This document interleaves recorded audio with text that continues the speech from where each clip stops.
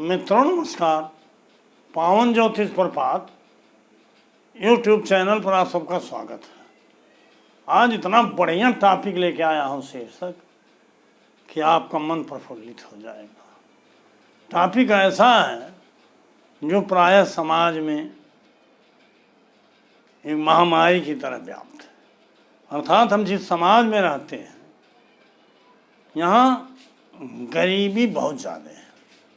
आप देखिए तो अधिकतम लोग गरीबी से पीड़ित हैं और आज हम उसी बिंदु पर चर्चा मतलब कि गरीबी और उसके निवारण के लिए हमने कई बार रत्न की चर्चा की है, लेकिन इस पे चर्चा हमने नहीं किया बहुत कि गरीबी का कारण क्या है।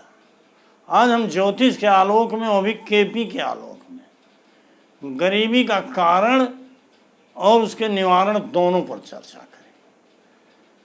तो शीर्षक का नाम है गरीबी का कारण एवं निवारण केपी ज्योतिष, कामा में हमने रख दिया है, अर्थात causes and solutions of poverty KP astrology. जो हमने आज केपी लग्न नामनी कस्प चार्ट रखा है, ये सिंह लग्न की रखा है, मतलब लग्न कुंडली और कस्प कुंडली में मान लीजिए कोई अंतर नहीं हुआ, नहीं तो कस्प में राशियां और ग्रह इधर उधर हो जाते, लेकिन समझने की सुविधा की दृष्टि से हम एक ही कुंडली रखते हैं। वैसे नियम यही है कि कस्प कुंडली से ही फलादेश किया जाए, तो इसको आप कस्प कुंडली मान लें और लग्न कुंडली भी मान लीजिए, जहाँ दृष्टि वगैरह की जरूरत पड़ेगी हम उससे व्याख्या करें। देखिए मित्रों, आगे बढ़ने से पहले आपसे अनुरोध है कि मेरे चैनल को अगर सब्सक्राइब नहीं किए हम तक तो नीचे का सब्सक्राइब बटन पुश करके सब्सक्राइब कीजिए। बगल में बेल आइकन आती है और फिर बेल आइकन को पुश करके ऑल के बटन पर क्लिक कर दी, ताकि प्रत्येक वीडियो का नोटिफिकेशन शीघ्र आप तक पहुँचे। और वीडियो पसंद आवे लाइक करिए, मित्रों को शेयर करिए और एक प्यारा सा कमेंट ज़रूर मेरे खुशी के लिए कीजिए। मैं उसका जवाब सबको देता हूं जिन्होंने कमेंट किया होगा, किसी को शिकायत नहीं मिली। वीडियो को स्किप करके मत भगाइए, मुश्किल से 5-10 मिनट की 12 मिनट की वीडियो होती है, इसे भगा के देखोगे तो आपको भी कुछ जानकारी नहीं मिलेगी और हमको भी उतना खुशी नहीं मिलेगी कि हमारा मेहनत सफल है। मित्रों, आज हमने बहुत बड़ी लंबी किसी को कुंडली नहीं दिया है, इसलिए नहीं दिया है कि कुछ नियम आपको समझाना है। जैसे ग्रह किन भावों का सिग्निफिकेटर है, इन्हीं तरीके से आप जान जाओगे जब मैं आपको दिखाऊंगा और बताऊंगा। तो आइए हम बात करते हैं गरीबी का। देखिए मित्रों, गरीबी तो चारों तरफ है। गरीबी क्यों है, कुंडली ये भी बताती है। आपकी भी कुंडली, हमारी कुंडली, सबकी। देखिए, धन का न होना ही गरीबी है। आर्थिक रूप से कमज़ोर होना गरीबी है। उसके बहुत उसमें नहीं जाना है कि क्या है क्या नहीं है उसके विश्लेषण में, लेकिन धन या गरीबी दोनों द्वितीय भाव से दी, कुंडली के द्वितीय भाव से, वो भी कस्पल चार्ट से, मतलब भाव कुंडली जो होती है, जो यहाँ हम अभी आपको दिखा रहे हैं। द्वितीय भाव का उपनक्षत्र स्वामी हमने बार बार कहा, द्वितीय भाव का उपनक्षत्र स्वामी या कस्पल सब लॉर्ड, कस्पल सब स्टार लॉर्ड। अब देखिए उससे देखा जाता है। अब बता दें कि नियम क्या है। देखिए मित्रों, धन के लिए हमने एक एक वीडियो दिया था कि कुंडली के 1, 2, 3, 6, 10 और 11, ये 6 भाव धन देने वाले भाव हैं। इनसे धन देखा जाता है। जब उनकी मुकेश अंबानी की कुंडली का हमने विवेचन किया था तो इन 6 भावों का विस्तृत विश्लेषण किया था। तो यही जान लीजिए कि धनदायक भाव हैं 1, 2, 3, 6, 10 और 11, मतलब 1, 2, 3, 6, 10 और 11, ये भाव धन देने वाले, इन्हीं से धन देखा जाता। अब इसमें 1 और 3 ये परिश्रम करके धन देते हैं, लेकिन हार्ड लेबर द्वारा जैसे हमारे यहाँ मजदूर है या छोटा नौकरी है, छोटी नौकरी है। और 6 और 11 पर्याप्त धन देने वाले हैं। 6, 11 पर्याप्त धन देते हैं बार बार। और 2 और 10 ये साधारण धन, अर्थात द्वितीय का सब लाभ। अगर स्वयं में अपने नक्षत्र के माध्यम से, ज़्यादातर नक्षत्र को ही सपोर्ट करिए, लेकिन स्वयं हो तब भी सब लाड़ में चल जाना। अगर 1 और 3 का कार्य से सिग्निफिकेट है, 1 और 3 का द्वितीय का सब लाड़, तो परिश्रम करके वो आदमी धन कमाएगा, जो भी होगा। अगर 2 और 10 का सब लाड़ है, कार्य से सिग्निफिकेटर है, तो धन औसत दर्जे का होगा, खाने पीने भर का होगा, पर्याप्त होगा, लेकिन अमीर नहीं होगा। और वही द्वितीय का उपनक्षत्र स्वामी अगर 6 और 11 भाव का कार्य है, सिग्निफिकेटर है, लेकिन एकाध भाव इसमें से जरूर नक्षत्र में आया हो तभी बढ़िया माना है, तो पर्याप्त धन होगा, अमीर होगा, धनाधिपति होगा, नपति होगा, अरबपति होगा और अलग। तो मित्रों, द्वितीय के सब लाभ और गरीबी देने वाला भाव है 5, 8 और 12। कौन कौन भाव है? 5, 8 और 12। कुंडली का देखिए ये 5वां भाव, इसकी बड़ी चर्चा होती थी पहले प्रचलित ज्योतिष में, लेकिन 5वां भाव या 8वां भाव और 12वां भाव, 5, 8 और 12 अगर द्वितीय का सब लाड़, द्वितीय का उपनक्षत्र स्वामी 5, 8 और 12 इन भावों का ही कार्य हो, धनदायक 1, 2, 3, 6, 10, 11 नहीं आए हो तो इतनी गरीबी होगी। और भाव आए हो लेकिन धनदायक भाव नहीं आए हों तो गरीबी इतनी भयंकर होगी कि उसमें सुधार की कोई गुंजाइश नहीं रहेगी, क्योंकि जो भाव के ऊपर नक्षत्र स्वामी से फल कहा जाता है, ये आप जो भाग्य और प्रारब्ध में लेके आए हैं उसी का। तो जो प्रारब्ध में ही नहीं है धन, तो हार्ड लेबर मेहनत मजदूरी करके पसीना बहा के आदमी जीता था। लेकिन ऐसा नहीं है, कोई न कोई भाव द्वितीय भाव में होता है, उस पर हम चर्चा करेंगे। आइए हम देखते हैं, ये कुंडली है, मान लीजिए द्वितीय का सब लाड़ कोई ग्रह है। मान लो हम उदाहरण के लिए बता देते हैं कि द्वितीय का सब लाड़ मंगल है, द्वितीय भाव का उपनक्षत्र स्वामी मंगल है। मंगल में हमने यहाँ दिया है, देखो कुछ दिमाग में बैठा लिया जाता है तभी वीडियो दिया। मंगल किस भाव में है? तृतीय भाव में है।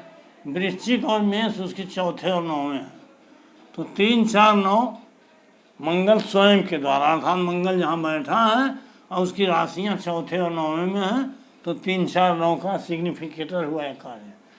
मंगल तुला राशि में, मान लो बृहस्पति के नक्षत्र में, तुला राशि में 20 अंश तक मंगल और राहु का नक्षत्र होता है, 20 से ऊपर 30 अंश तक बृहस्पति का नक्षत्र। यहाँ देखिए मंगल बृहस्पति के नाम, और बृहस्पति कहाँ बैठा है? कर्क में, यहाँ 12 में।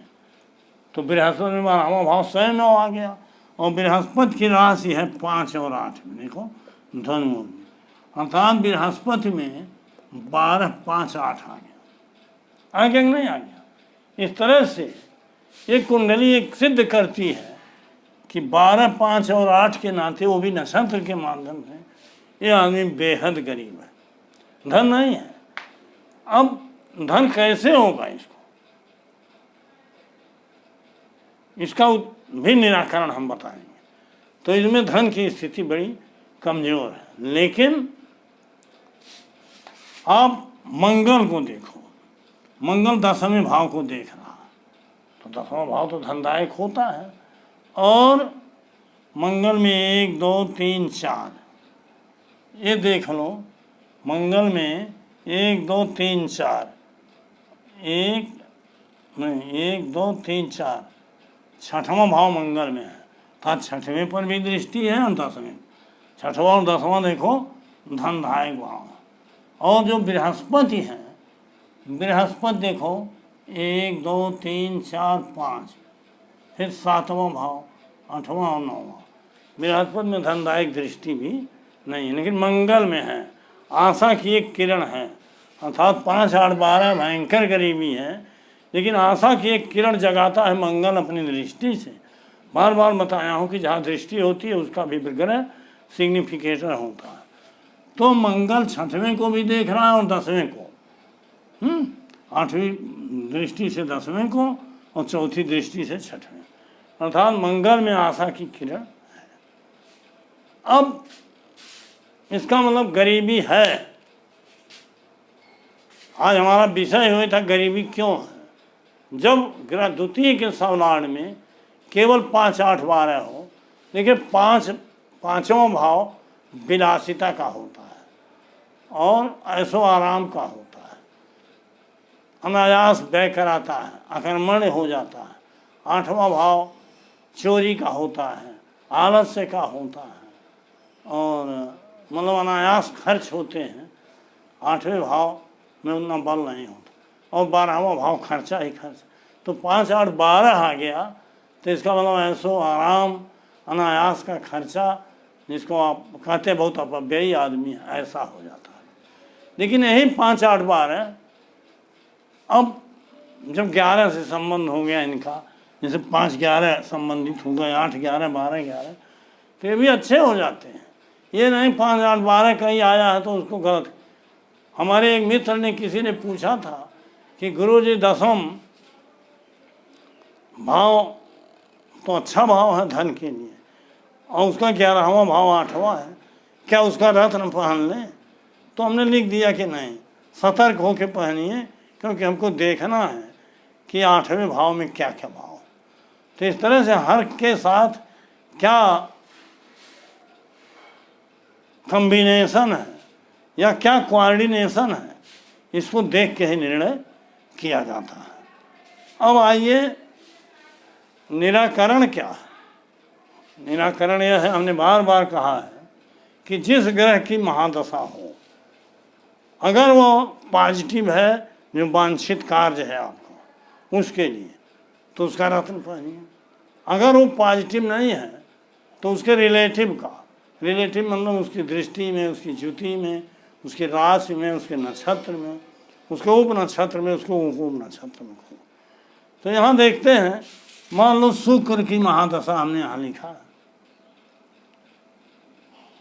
तो शुक्र की महादशा, शुक्र देखो यहाँ 4थे भाव में बैठा, शुक्र 4थे महीने यानी 4था भाव, फिर 3य भाव में उसकी राशि है, फिर 10वें भाव में वो उसकी दूसरी राशि, मतलब 4, 3, 10 शुक्र के द्वारा स्वयं। शुक्र वृश्चिक में बुध के नक्षत्र में, वृश्चिक में बुध का नक्षत्र 16:40 कला के बाद आता है, हाँ, ज्येष्ठा नक्षत्र। तो बुध के नक्षत्र में बैठा, और बुध कहाँ बैठा है? बुध 6 में बैठा है, बुध की राशि 11वें में है और बुध की राशि 6, 11, 2 और शुक्र में भी 10वां भाव है, तीसरा भी एक आ गया धनदायक भाव। तो 6, 10, 11 तो इसमें आ गया स्वयं को लेकर के, द्वितीय भी आ गया। तो हमको शुक्र का ही रत्न धारण करना है। भले यह सिंह लग्न की कुंडली हो, कोई बता दे कि यानी 1, 5, 9 का पहनो, मतलब माणी के पहनो, पोखराज पहनो या मंगल का। मित्रों, यह भ्रमात्मक चीज़ें हैं, इस पर विश्वास मत करिए। मेरा काफ़ी अध्ययन शोध है। आप इस प्रकार के जातक को अगर शुक्र का रत्न डायमंड पहनाएंगे, बहुत गरीब है, तो व्हाइट रूपल पहना दीजिए, व्हाइट चिरकन पहना दीजिए। नहीं कुछ पाता है तो सफ़ेद स्फटिक पहना, शादी में जड़वा के शुक्रवार के दिन ओम सम शुक्राय नमः मंत्र से अभिमंत्रित करके दाहिने हाथ की बीच वाली अंगुली में पहना दीजिए। धीरे धीरे इसका धन निश्चित ग्रो करेगा, क्योंकि दशा सपोर्ट करेगा।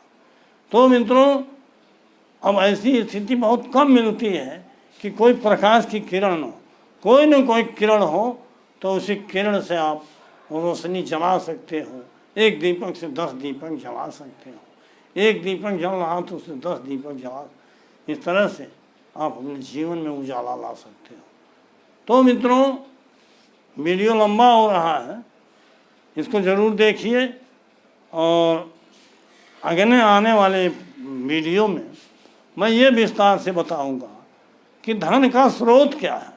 द्वितीय भाव का उपनिषद स्वामी ही बताएगा। सोर्स ऑफ अर्निंग या सोर्स ऑफ इनकम क्या, यानी किस स्रोत से आप धन कमाओ तो ज़्यादा मिलेगा। तो सोर्स ऑफ इनकम हम बताने का प्रयास करेंगे अगली वीडियो में, उसका इंतज़ार करिए। इसको एक बार दो बार ज़रूर देखिए, मेरे चैनल को पूरा देखिए। वीडियो आज का बंद कर रहा हूँ। बहुत बहुत धन्यवाद, हार्दिक शुभकामनाएं।